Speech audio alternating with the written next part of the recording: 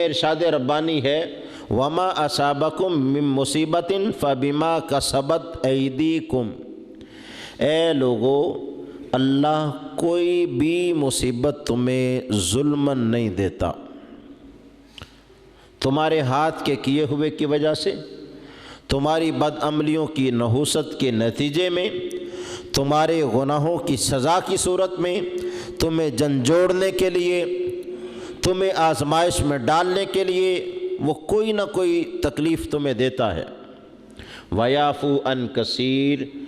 اور کثرت سے تمہاری خطاؤں سے تو ویسے ہی درگزر کرتا رہتا ہے۔ اگر ہمارے ہر گناہ پر گرفت ہو تو ابھی نظام کائنات ختم ہو جائے اور قیامت قائم ہو جائے۔ یہ جو سلسلہ حیات چل رہا ہے، سبب یہ ہے کہ اللہ اکثر ہمارے گناہوں سے درگزر فرماتا جا رہا ہے اور کسی کسی پر جھنجھوڑتا بھی ہے تاکہ لوگ پلٹ آئیں۔ اگر جھنجھوڑا ہی نہ جائے تو پھر بندہ فرعون اور نمرود بن جاتا ہے۔ 320 سال دور حکومت میں فرعون نے کبھی سر درد بھی نہیں دیکھی،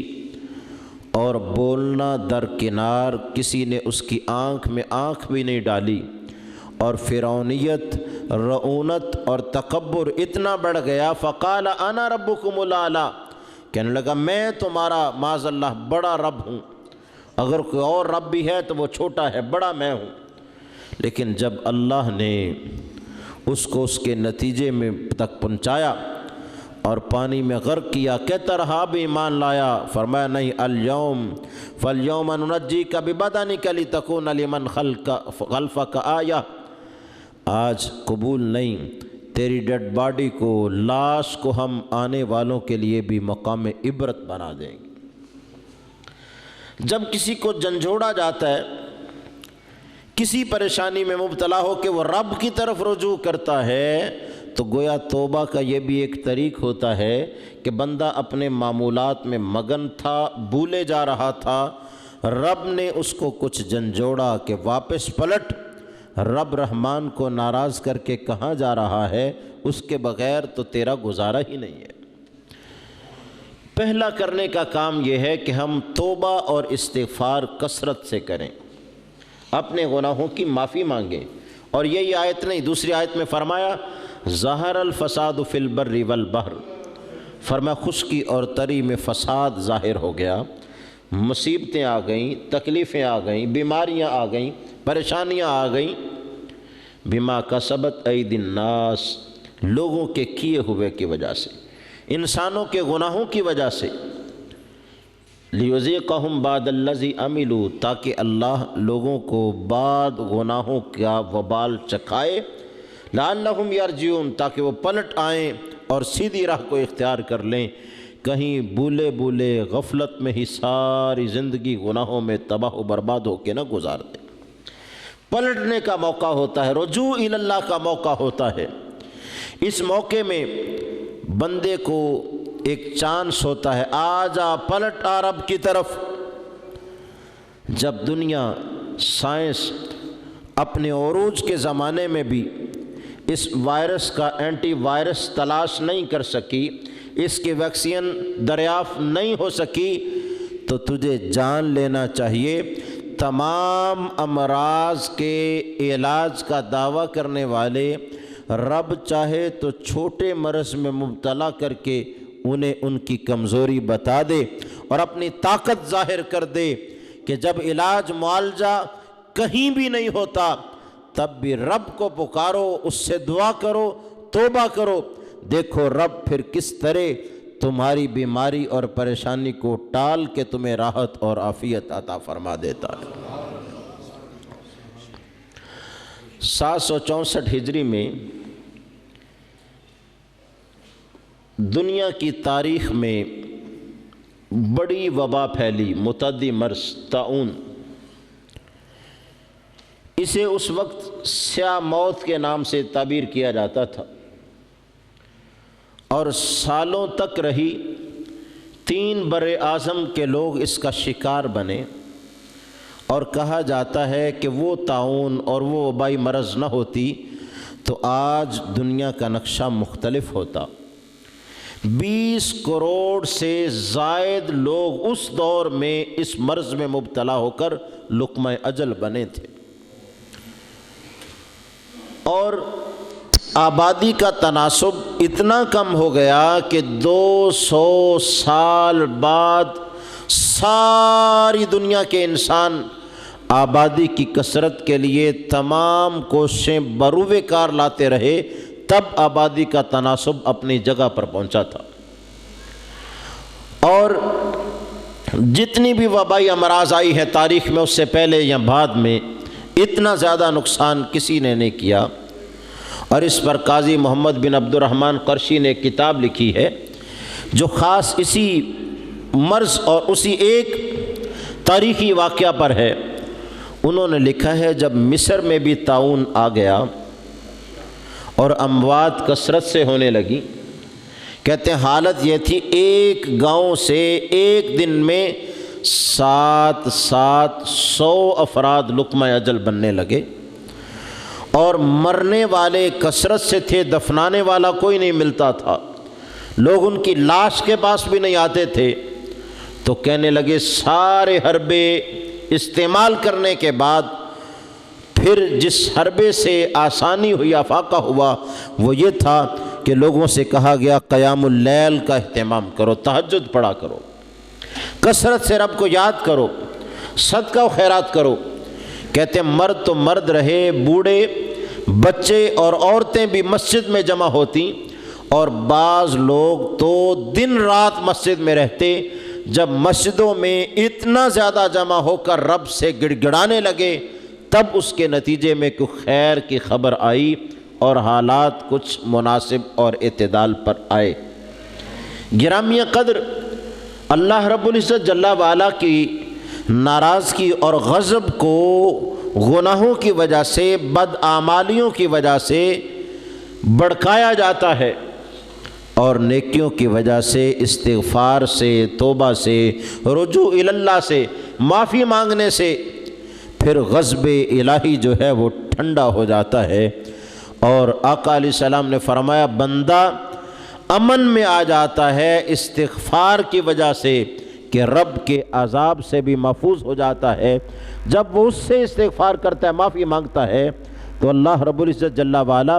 اسے معاف کر دیتا ہے اور اس کے لیے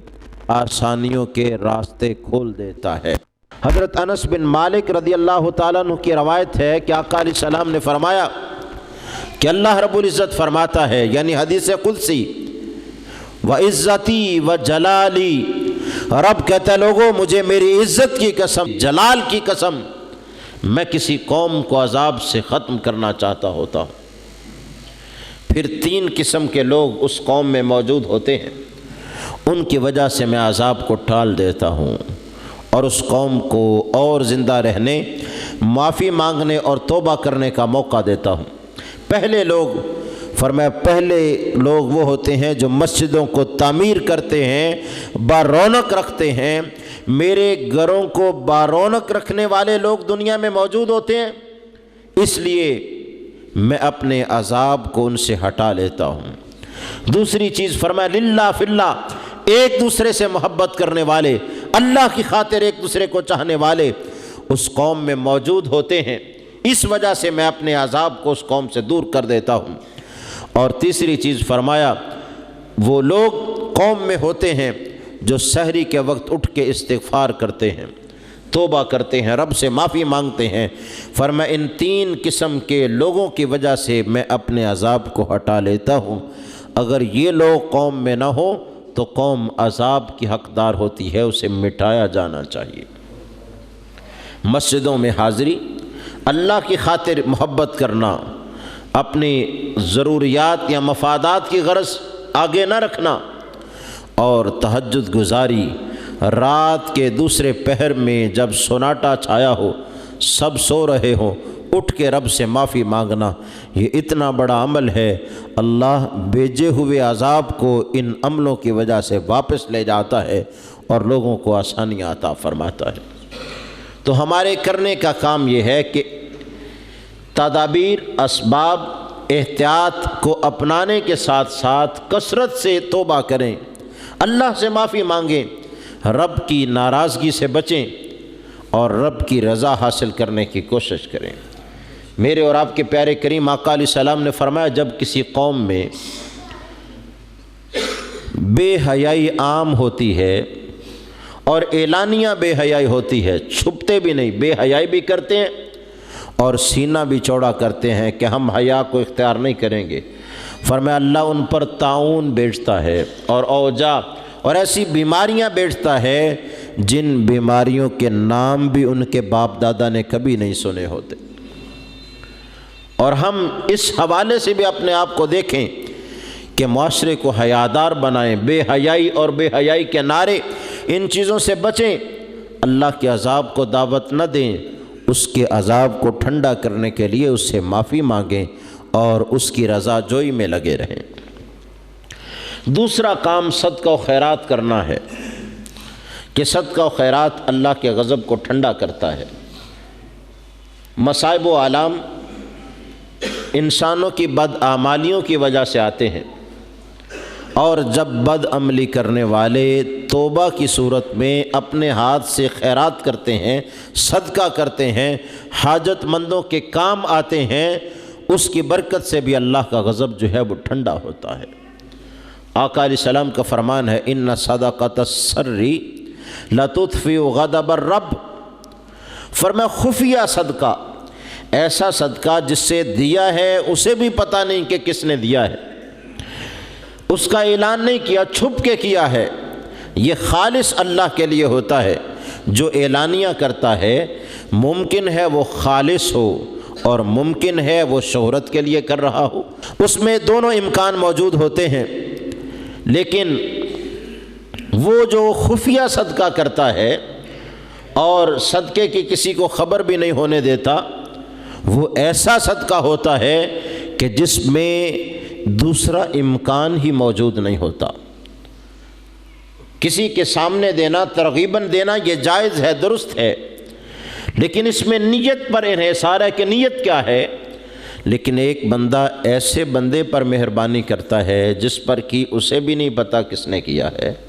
اب اس کی نیت کے خالص ہونے میں تو کوئی شک نہیں ہو سکتا نا۔ تو آقا علیہ السلام نے فرمایا خفیہ صدقہ لا تطفئ غضب الرب، رب کے غضب کو ٹھنڈا کر دیتا ہے، اللہ کی ناراضگی جو ہے وہ اس سے ختم ہوتی ہے۔ لہٰذا صدقات و خیرات کی کثرت کریں تاکہ اللہ کی غضب کو ٹھنڈا کیا جائے اور رب جو ناراض ہے وہ ہم پر راضی ہو جائے۔